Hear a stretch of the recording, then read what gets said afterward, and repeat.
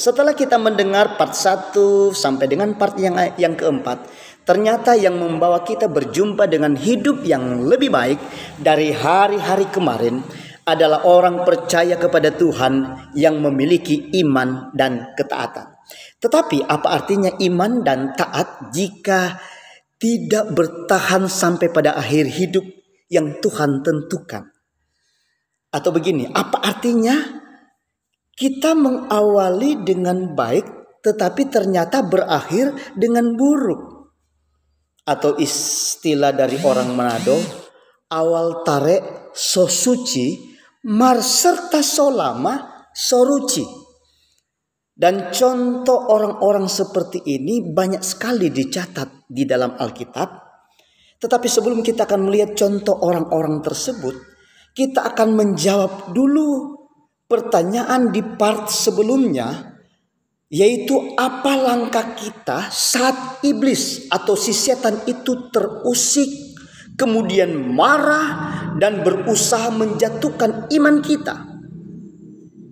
Perlu kita ketahui, iblis atau setan saat ia berjalan keliling dan menjumpai kita, lalu waktu dia jumpai kita, hidup kita biasa-biasa saja, setan tidak akan ganggu kita.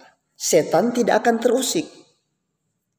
Setan tidak ganggu kita jika kita tidak setia ke gereja. Setan juga tidak akan ganggu kita jika kita masih kecewa. Setan juga tidak akan ganggu kita jika kita masih menyimpan akar pahit. Setan juga tidak akan mengganggu kita jika kita masih sakit hati. Setan juga tidak akan ganggu kita sudah ke gereja sebenarnya, tetapi justru di dalam gereja waktu dengar firman Allah kita tidur, setan tidak akan ganggu. Setan juga tidak akan ganggu kita sudah ke gereja, tetapi di gereja masih aja kita main HP. Sudah ke gereja, tetapi masih saja kita fokus dengan bisnis kita, tidak fokus pada Tuhan. Padahal yang kita pergi ke gereja itu cuma seminggu sekali, itu pun cuma beberapa jam. Bisnis kan kita boleh fokus dari Senin sampai Sabtu.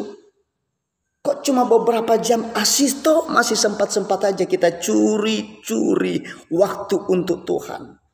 Dan orang seperti itu setan tidak akan ganggu. Setan tidak akan terusik. Dan banyak contoh lagi. Artinya sebaliknya, setan itu akan terusik.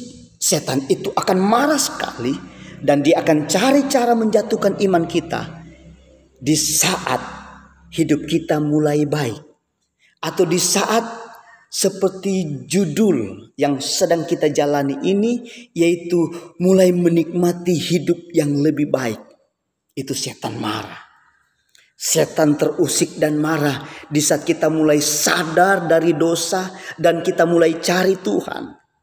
Setan akan marah sekali jika kita mulai belajar mengampuni orang yang telah menyakiti hati kita. Setan juga marah di saat kita mulai sadar bahwa hidup ini yang Tuhan berikan kepada kita adalah kesempatan untuk melayani Tuhan. Dan masih banyak contoh-contoh juga yang lain. Setan boleh terusik, setan boleh marah kita, tapi setan tidak ada kuasa untuk menjatuhkan kita. Setan tidak ada kuasa untuk menjamah hidup kita.